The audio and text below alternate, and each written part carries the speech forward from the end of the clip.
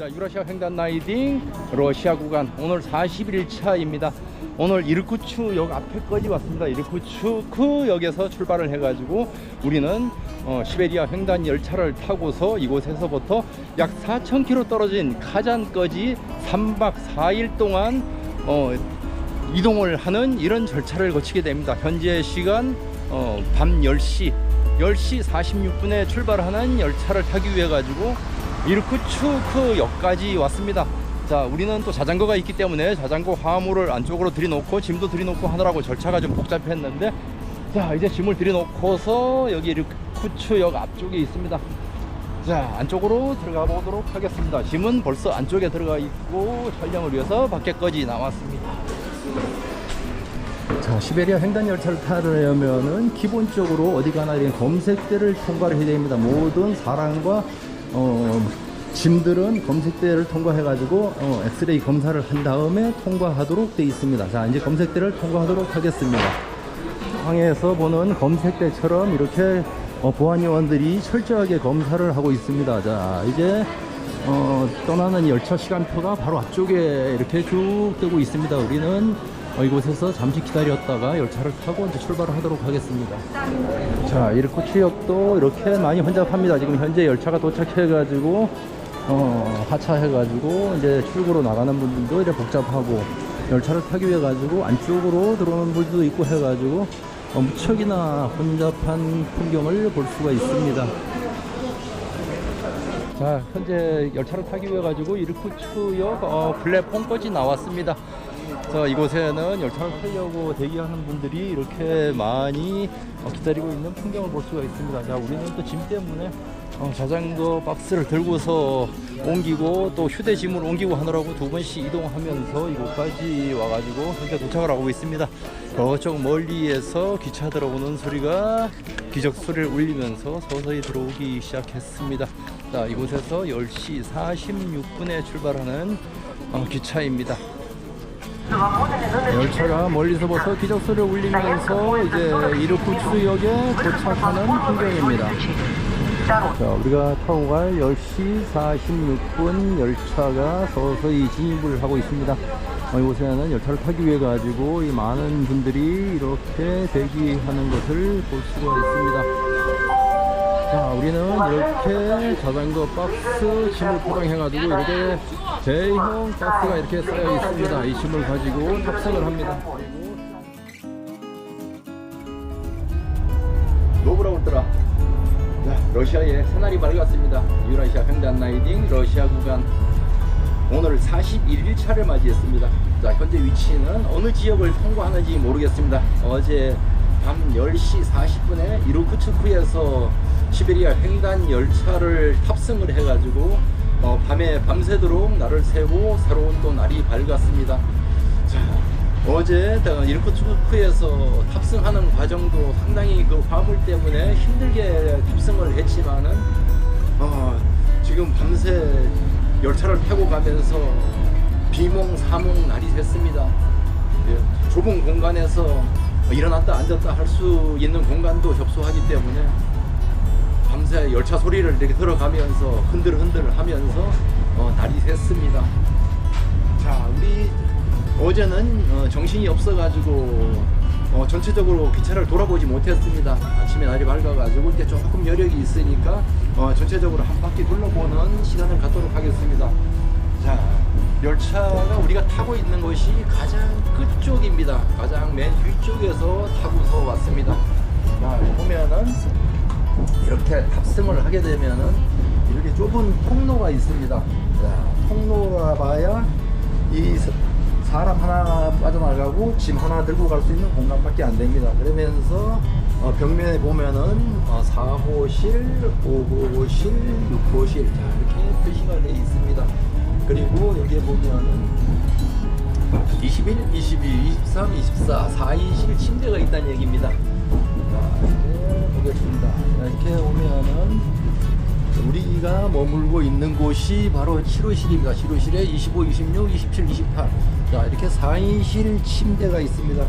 보면은 침대가 자, 아래쪽에 오른쪽 왼쪽 하나씩 있고 2층에 양쪽에 하나씩 있습니다. 이래가지고 4인실 침대인데 공간이 길이가 딱 이 정도입니다.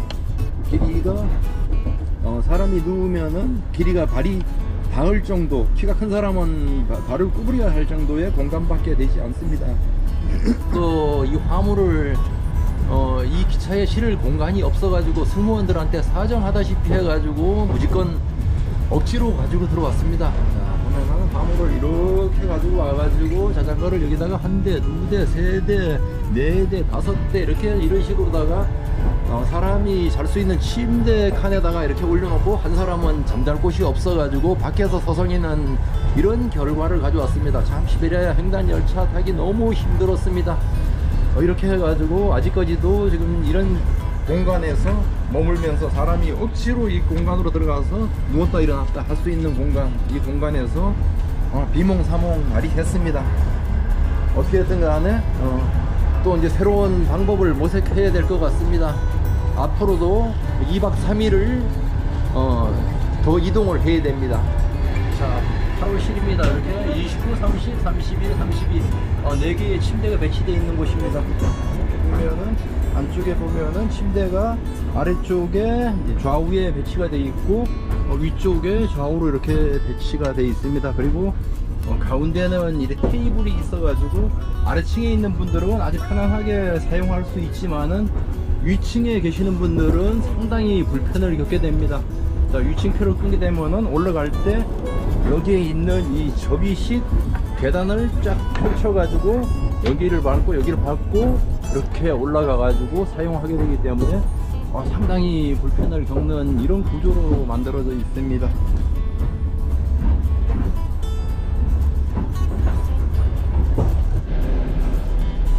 그럼 객차와 객차 사이를 이동하는 통로를 한번 보겠습니다.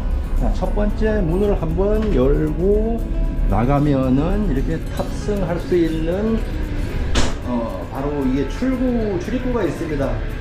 문을 한 번 열고 두 번 열고 나가면은 객차와 객차가 연결되는 공간. 자, 그다음에 또 열고 나가면은 탑승할 수 있는 출입구.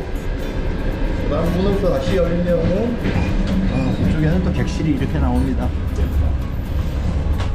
자, 이렇게 객실을 통과하려면은 4개의 문을 열어야만 통과를 할 수 있습니다.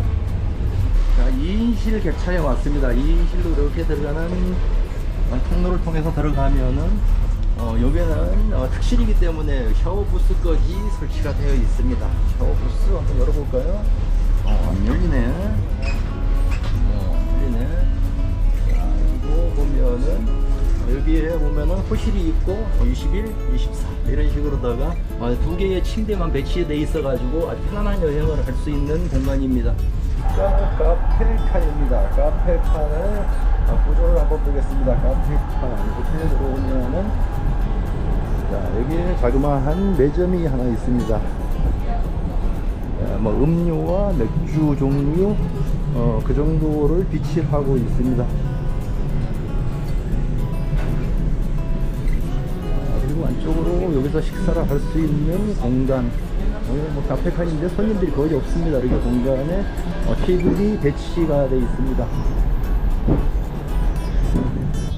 이곳은 다인실로다가 배치되어 있는 것 같습니다. 아래층에도 아래쪽에 침대가 배치되어 있고 2층에 배치가 되어 있고 이렇게 많은 사람들이 이용하도록 다인실로 배치된 공간을 지금 지나가고 있습니다. 자, 이쪽 B칸으로 들어왔더만 이쪽도 역시 다인실 배치 공간입니다.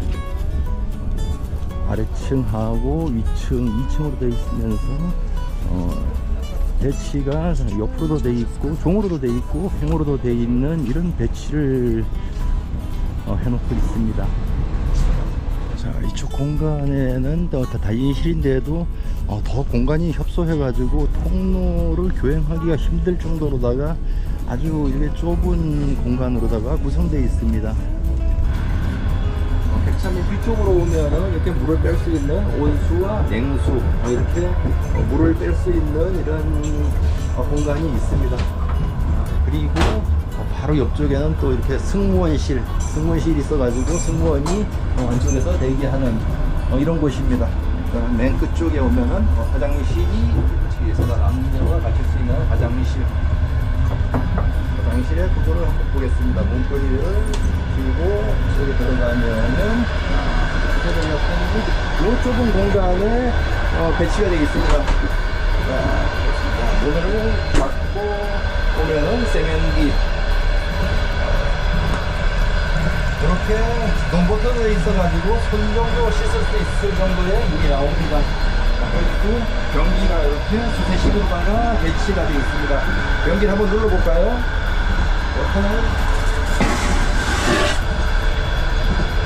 자, 비행기에서 물을 내리듯이 팍 터지는 소리가 들리는 이런 구조로 되어 있습니다. 횡단열차의 구조를 확인하기 위해 가지고 한참 동안 통로를 통과해 가지고 문을 몇 개를 열었는지 모릅니다. 문을 아마 40개쯤 열었을 겁니다. 문을 4개를 열어야만 다음 객차로다가 통과할 수 있기 때문에 계속 문을 열고 닫고 하면서 끝까지 가봤습니다. 자, 끝까지 왔는데 지금 현재 배치된 곳이 그쪽입니다. 자, 그쪽에 오면은 이렇게 10번이라는 것이 보입니다. 자, 이 열차는 10개를 달고 가는 기차입니다. 10개를 달고 가는데 전체적으로 구조를 둘러봤는데 2인실 침대를 가지고 있는 곳은 1칸, 그리고 4인실 침대를 가지고 있는 것은 2칸, 그리고 나머지는 전체적으로 같이 쓸 수 있는 침대가 배치되어 있는 4인실로다가 이제 배치가 되어 있는 것을 볼 수가 있었습니다. 하고 있는 열차가 궁금해가지고 처음부터 끝까지 진행하면서 모두 둘러봤습니다. 10개의 객차를 달고 가는 이 열차 맨 끝쪽까지 왔습니다. 그쪽에 오면은 앞을 보면 이렇게 기차 선로를 통과하고 있는 열차의 뒷모습이 보입니다. 아침 10시쯤에 배달된 열차 식사입니다. 비행기에서는 기내식이라고 하지만 열차는 열차식이라고 하나요?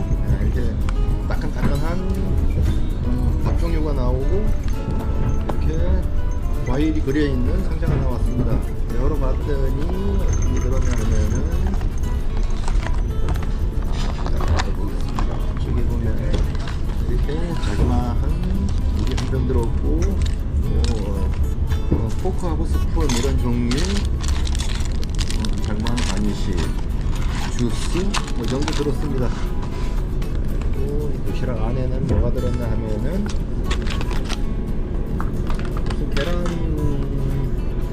계란을 갖다가 다른 것 같은 이런 요리가 들었습니다. 간단하게 이렇게 해가지고 열차 내에서 아침 식사를 하게 됩니다. 벌써 우리가 이르쿠츠에서 10시 46분에 어젯밤에 탔으니까 현재까지 11시간 정도 이동을 했습니다. 11시간 이동을 해가지고 얼만큼 이동했는지 위치가 궁금해가지고 한번 지도를 찾아봤습니다. 보겠습니다. 자, 현재 위치가 어딘지 명확하진 않습니다. 명확하진 않지만은 이르쿠츠 출발해가지고 이곳까지 한 650km 정도를 이동한 것으로 나옵니다. 자, 시베리아 횡단열차는 속도가 그리 빨리 가지 못합니다. 어떤 구조상이나 어떤 설계상으로 그렇겠지만은 속도가 좀 안 나는 것 같아가지고 속도를 체크를 해봤습니다. 현재 이렇게 체크를 해보니까 현재는 81km 정도 속도를 내고 달리고 있습니다. 계속 보면은 속도 체크해 보면은 늦을 때는 75km, 빠를 때는 한 90km 정도, 이 정도 속도밖에 나지 않기 때문에 시간이 많이 걸리는 것으로다가 알고 있습니다. 자, 시베리아 횡단열차를 이르쿠츠크에서 탑승해가지고 목적지 카잔까지 가는 데는 꼬박 3박 4일을 잡았기 때문에 아직도 2박 3일은 더 이동을 해야 됩니다. 현재 남은 거리 3,600km 정도 남았습니다. 와, 이거는 계산이 안 됩니다. 100km, 200km 하다가 이거는 1,000, 2,000, 3,000, 4,000, 5,000 이렇게 나가니까 예측이 안 가지만은 일단은 2박 3일 동안을 꼬박 기차에서 머물러야 되기 때문에 마음을 비우고 열차에서 편안하게 시간을 보내면서 지루한 시간을 보낼 수 있는 어떤 이런 프로그램을 혼자 스스로 터득을 해야 될 것 같습니다. 열차 타고 가면서 너무 무료하고 지루해가지고 카페에 와가지고 맥주를 한번 주문해봤습니다. 카페에 와가지고 맥주 주문했는데 맥주 가격이 상당히 좀 비싼 편입니다. 우리가 이제 보통 일반적으로 시내 카페에서는 한 150루블, 마트에서는 120루블이면 살 수 있는 거를 이곳에서는 300루블을 받습니다. 비싸더라도 시베리아 횡단 열차에서 맥주를 먹을 수 있는 확률은 평생 한 번 있을까 말까. 자, 그래가지고 맛있게 먹기로 했습니다.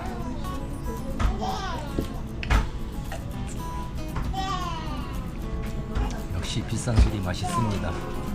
자, 현재 우리가 타고 가고 있는 시베리아 횡단 열차가 정차한 곳은 크라스노야르스크라는 대도시입니다. 이곳은 어제 우리가 이르크츠크에서 출발을 해가지고 총 40km 지점에 있는 이 지점에 와가지고 정차를 잠시 하고 있습니다. 정차가 아니고 각종 정비 및 물을 채우고 정비를 하는 아마 타임인 것 같습니다. 이곳에서 정차해가지고 1시간 반 가량을 정차를 한다 그래가지고 열차에 내려가지고 필요한 시장도 보고 대부분 사람들이 이렇게 돌아다니다가 다시 탈 수 있는 이런 위치입니다.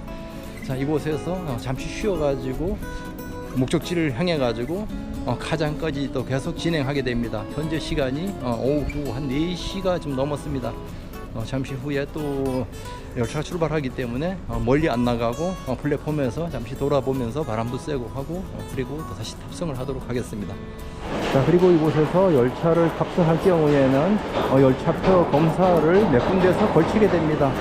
표를 검사를 했는데도 바로 또 탑승하려면은 열차 앞에서 승무원이 여권하고 열차표를 또 명확하게 확인을 하는 이런 과정을 거칩니다. 그리고 유라시아 횡단 라이딩 러시아 구간 43일차 일정입니다.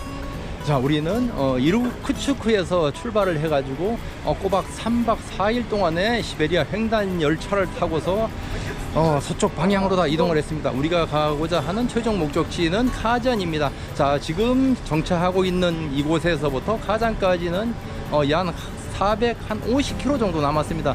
잠시 후에 5시간 후에는 카잔에 도착할 것으로 예상됩니다. 자, 시베리아 횡단 열차는 워낙에 9,288km를 가다 보니까 중간 지점에서 3,000km 정도에서 휴식을 합니다. 휴식 지점에서 1시간을 쉬는 곳도 있고 30분 쉬는 곳도 있고 이렇게 또 물을 급수하기 위해 가지고 15분 정도 정차하는 곳도 있고 해가지고 물을 급수하는 동안에 잠시 내려가지고 이렇게 바람도 쐬고 하는 이런 시간을 갖습니다. 잠시 후에 열차가 출발합니다. 자, 유라시아 횡단 라이딩 러시아 구간 43일차 일정 종료합니다. 이르쿠츠에서 41차에 시베리아 횡단 열차를 타고서 장장 4,200km를 서쪽 방향으로 이동을 해가지고 현재 도착한 곳이 카잔역입니다. 자, 카잔역까지 이렇게 장장 3박 4일 동안 이동하면서 열차 안에 협소한 공간에서 제한된 움직임과 또 제한적인 식사 메뉴 그리고 활동 범위가 좁아가지고 상당히 좀 불편을 겪으면서 평생에 한번 체험하지 못하는 소중한 체험을 하면서 서로 새록새록 나름대로의 추억을 만들어 가면서 무사히 카잔역까지 도착을 했습니다. 자, 이르쿠츠역에서 이곳까지는 4,200km를 이동을 했습니다. 자, 시베리아 횡단 열차가 블라디보스토크 기점으로 해가지고 모스크바까지 9,288km 중에서 4,200km 정도의 시베리아 횡단 열차를 타고서 이곳까지 도착을 했습니다. 자, 지금부터는 이곳에서 차량을 이동해 가지고 조지아 구간에 진입하기 위해 가지고 약 3일 가량 차량 이동이 있고 그 이후에는 조지아 구간부터 라이딩이 다시 시작됩니다. 긴 시간 끝까지 시청해 주셔서 대단히 감사합니다.